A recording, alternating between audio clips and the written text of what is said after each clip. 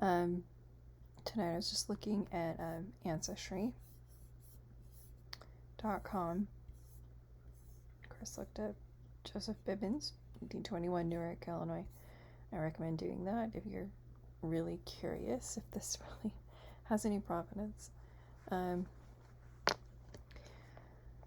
And so I was just caught up into this, seeing the actual. I never tried to actually see where he was born. I was never interested in that. But and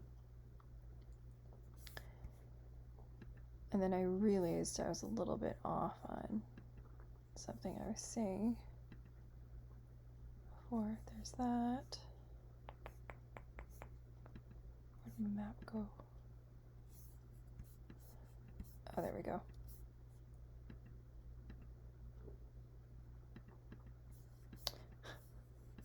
Okay.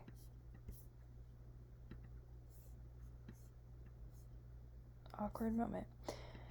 So this is where Joseph Slocum Bibbins was born in 1821. His father, Elisha Bibbins, was around here in 1812. Around 1814, he gets married and has children, so J.S. Bibbins a little bit farther down the line of the kids. And so just for perspective, for those that don't know, this is where Joseph Smith lived. I mean, he grew up from age 10 to like 18. I believe he lived in Palmyra, around this area. I mean, you can zoom in and actually find Palmyra. It's pretty small.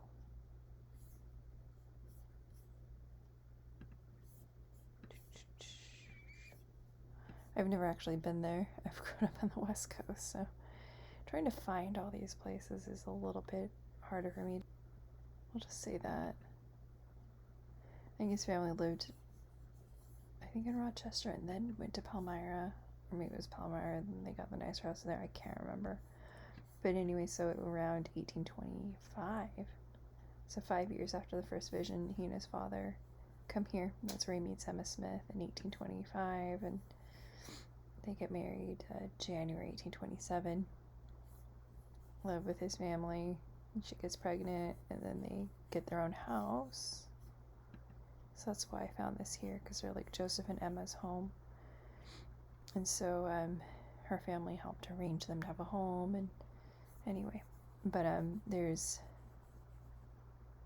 where Elisha Bibbins settled down and had, I think, all of his children there, because it was 1838, married in 1814, so it's quite a ways into his marriage. His kids were quite a bit older, but I think the whole family then just went boom. Sort of a straight line, went straight across to there, and ended up in Newark. So anyway, you can find all of that. And so what I'd clicked on, I was trying to find this when I was making my website, and just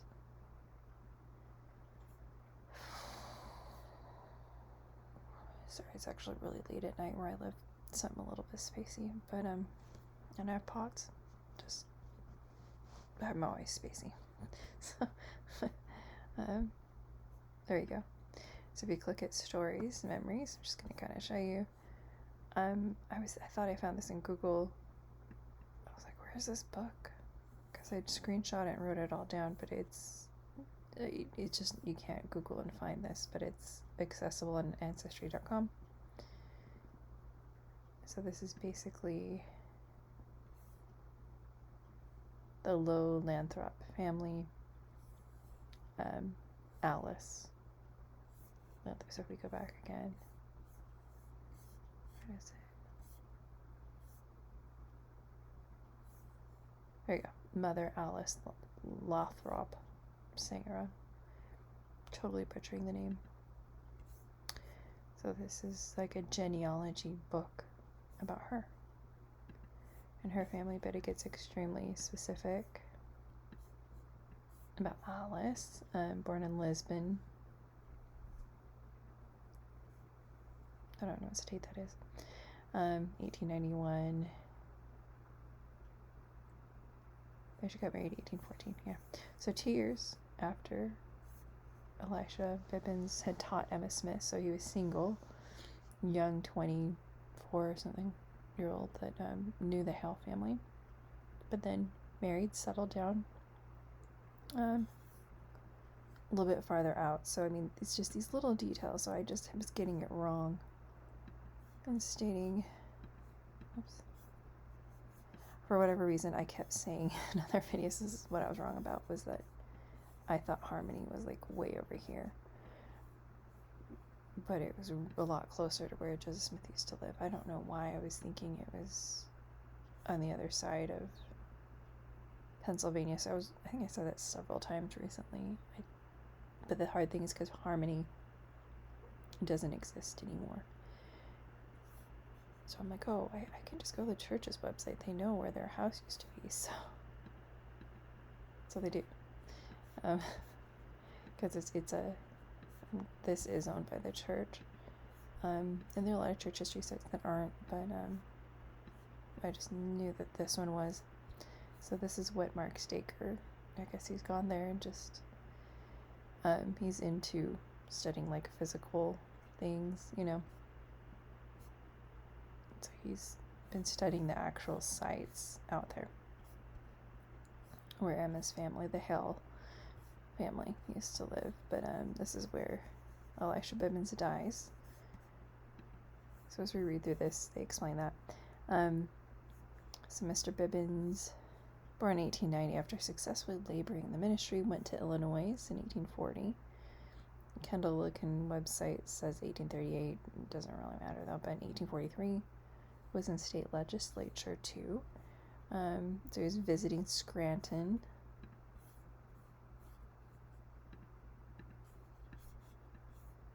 Which is like almost in between these two places, you know. But yeah, J.S. was born here, but he had family there. And then that's when he died. He was visiting his friends. His kids were all adults at the time, so he was quite a bit older. I mean, there's a photo of him, and he looks very elderly, so he lived a good long life. And all the children are Methodists, so then they list the children. Got Joseph Slocum Bibbins, J.S. Bibbins, born November. They say Newark, Kendall County, so I mean, they have things that are not right on here, but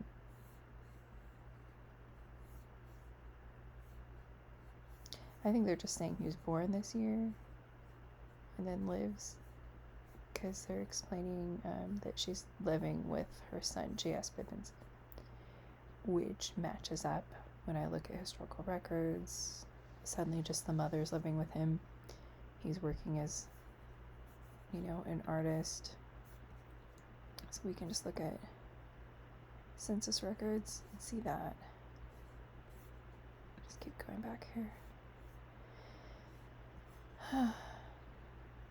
And I've just looked at everything, and not all of it's pertinent to put on my website. So census records are just really interesting. But it shows there's his father. Yeah, this is Kendall County, Illinois. Big Grove is what they're stating, so. What's the other records that will specify, like Newark, but it says PA, Pennsylvania. So all these kids are born in Pennsylvania, parents, New York, Connecticut, they've all moved to Illinois. Elisha was still alive, 59. So I think he was in his 60s, but people aged. You know, I just can't believe from the pictures he only made it to like 63, but he looked like he was 80 from the pictures, you know. Mom Alice, Joseph, 28. He gets married soon after. But it's the 1860 that you do see, oh, everything lines up.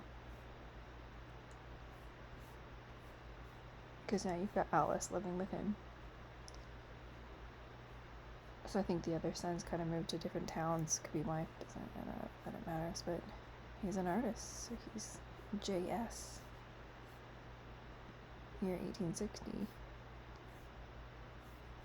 here, 1860 census. That's the year Joseph Smith III went to Kendall County, crossed the Fox River near Millington, this area. George Albert Smith went. So this guy, J.S. Bibbins, is rubbing shoulders with saints that knew George Albert Smith, but he just apparently stayed Methodist. Names his own son Elisha, so there's just no doubting that there's this relation to Elisha Bibbins, who knew Emma Smith, Mark Staker, figured all that out. It's just so many links to everything.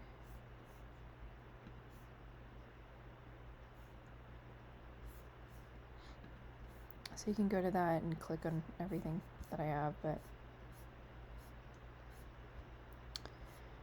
this is the front. It's zoomed in. This is the back. It just shows photographic artist J.S. Bibbins. And so it just jumps. All I could find was up to the 1880. Did I find 1870 census? I guess not. So by 1880, I don't think he was.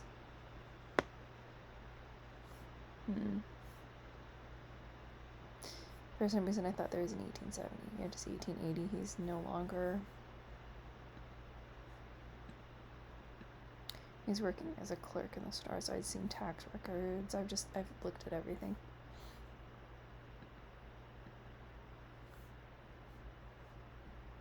He's a clerk in the store. And I think his wife had died, because the daughters are still living with him.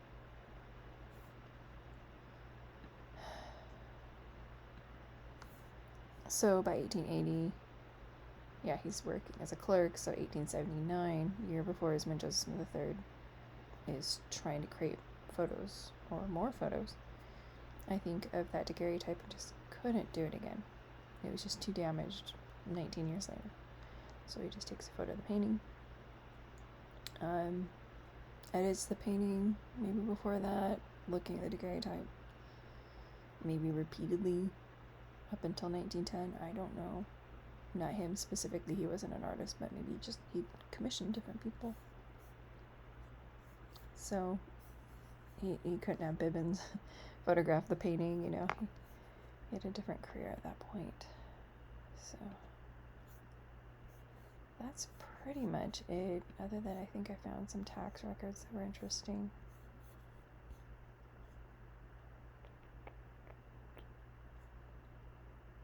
Yeah, newspaper, didn't find anything super interesting there. Like military. I think this is him. So, like, I didn't put this on my website, but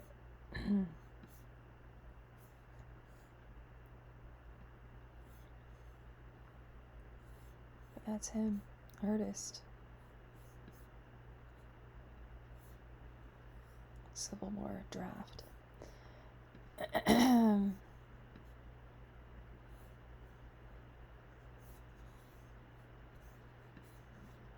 And so that's why I think a lot of the other pictures were people that were serving in the Civil War.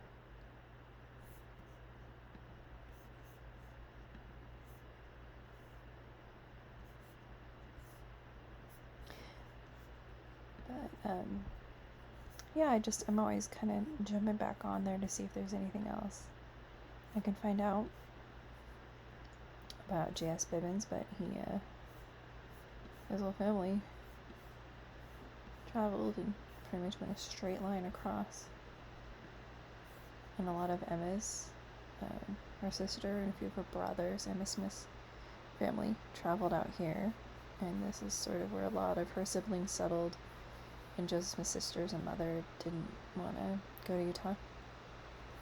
The mother was too sick, and they all just stuck around. But the previous owner just really, which is interesting to me, just to to analyze him.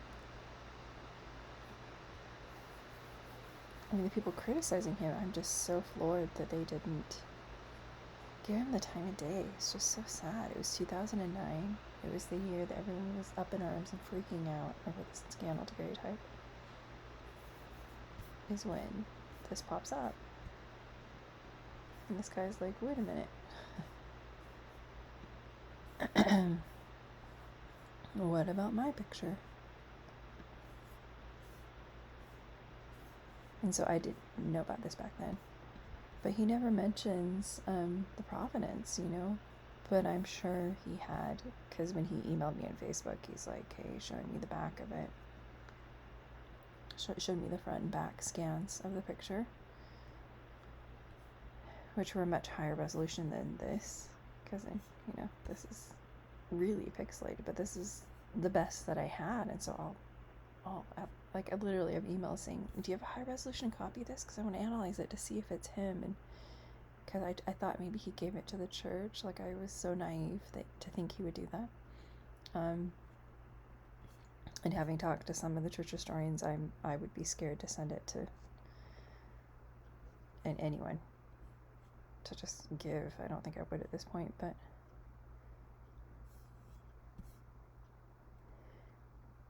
this is his words in 2009, and they would have seen Newark if they gave him the time of day. They just didn't. And they would have seen, that's really close to the suns, but these are LDS, not RLDS, not Reorganized Church blog, but an LDS Utah. So most of these people criticizing him are living in Utah. So these aren't people that know the history of Joseph Smith III or know that he lived in Plano. I mean, we visit a temple in Nauvoo, so everyone's hyper-focused on Nauvoo. So when I started talking to historians, they're like, well, let's see if J.S. Bibbins was ever in Nauvoo. That's just their first thought. But this is a paper cartridge receipt, so it doesn't matter, because this was printed, according to Godwin Weaver, in the 1860s. But it looks to be, likely a daguerreotype or an ambrotype from original, copied in the 1860s, which is common. But I don't know those things because I'm not a collector. But this guy did.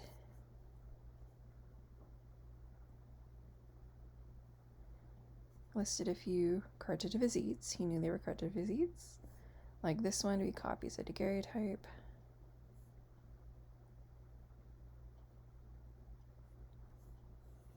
And just reading through it, he just didn't,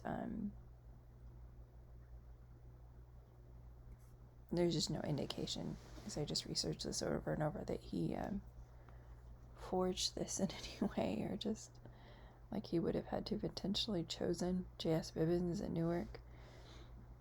So he doesn't talk about Newark, but if these people had just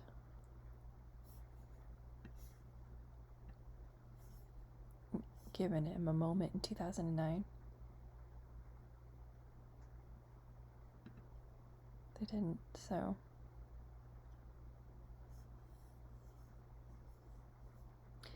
but he just really, but this guy is connected more to our LDS church, I believe, possibly. It sounds like he's saying that his mother sister's on the church high council, so I don't know any other church besides LDS and RLDS of high council. But only the RLDS give the priesthood to women, and they would be part of the high council, so they just wouldn't be in the Church of Latter-day Saints that I'm a part of, the Utah. Although I think there are some Communion of Christ churches in Utah. There are a few of them around, but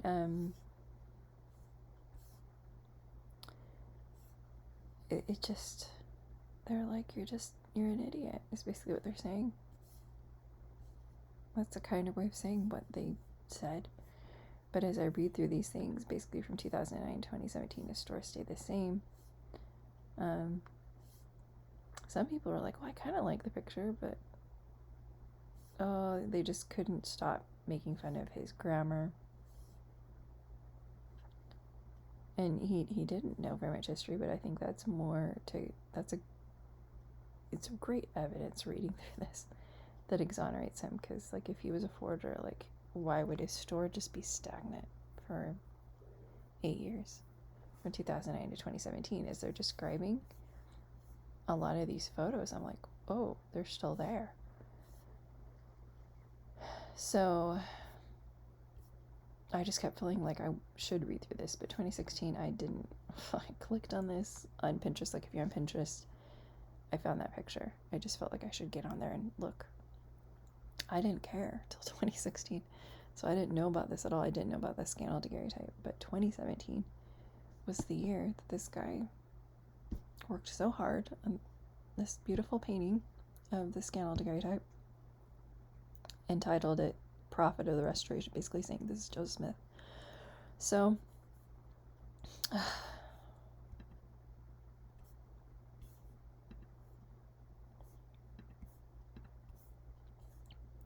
I think it matters. I think that's him. So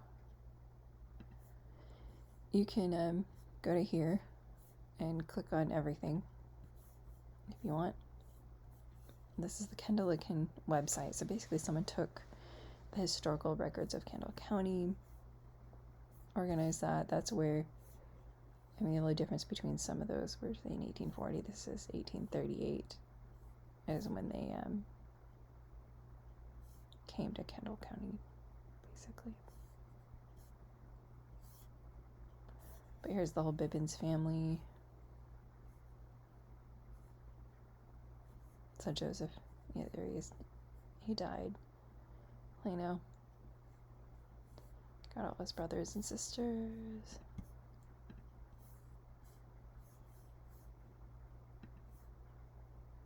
But yeah, so I'd been looking for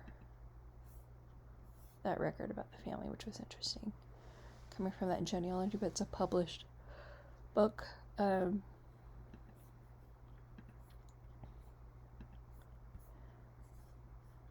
it's just kind of good for me to go through this and double check these records. But I mean, these are things you can do yourself. But it's just fascinating to me that the J.S. Bibbins, and you got Joseph Smith, put J.S. the third, crossing paths, just Joseph Slocum dies in Plano.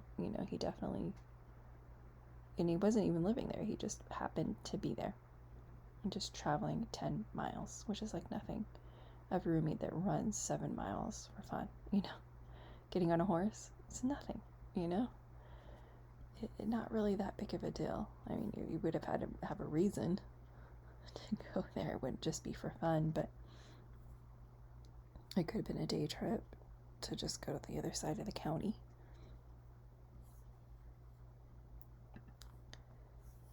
And so I just have a link to everything I'm kind of talking about. So this is written by Mark Staker in 2015. So just a year before I found this picture, which is super interesting. But it's very, very long. So his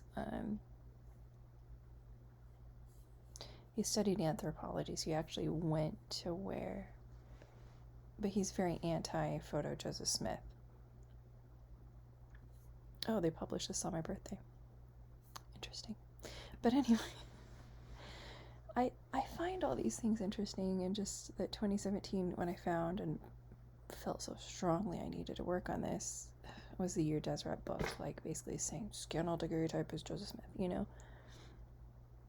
And then he ends up in this huge documentary, and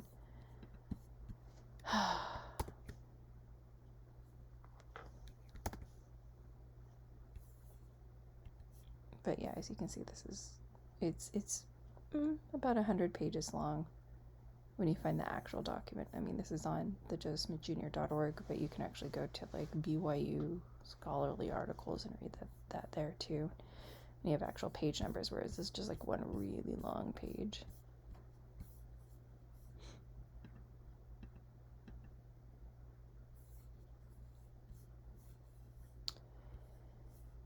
But I think there was just one Elisha Bibbins that knew the Hell family. Emma Hell Smith, you know. This was 1812. And then he mentions there's just someone else by 1816, you know. Well, he's moved south. So anyway, other videos I kept saying I thought Harmony, because it doesn't say Harmony on the map anymore. Hard to find. But it was closer together than I thought, so I apologize for that, thinking Harmony used to be, because you just can't Google and find it, but the church history site's there. Joseph Smith used to live there. 1825, comes here, meets Emma, decides to stay there and work. Get married, they go live there for 9 months, and then they come down here because she's about to have a baby, and her family gives her a house and land. And then he restores the church and moves around, goes to Ohio, lives there. Then he only lives a few months in Missouri, and then just lives 5 more years, the rest of his life, over here. There's a branch over here by 1844, but Joseph Smith's still living there. George Albert Smith comes there in 1844. Bam, bam, 1860, Joseph Smith III's still living here, but all these people living over here want him to come over here and be our prophet, but he's like, but I still live here. And then they start a newspaper there, and he's like, okay. 6 years later, I'll go ahead and move there, you know. So it's just so much traveling, so many different towns, but it's interesting, especially since I am literally well invested into this. I'm gonna spend the time researching it all, so. But I mean, here are all these books. I've just gone through and checked everything that Mark Staker found. This is just historical books, but you can do that too. But they mentioned Luzerne County, Wilkes-Barre, so that was actually mentioned in some of these books. I have to just keep clicking on. There are just so many books that he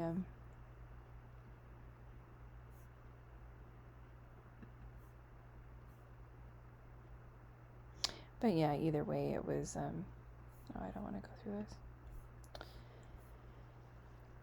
But yeah, if you're curious enough, there's a separate page for this, and I'll probably be adding, expanding this, as I actually found that book.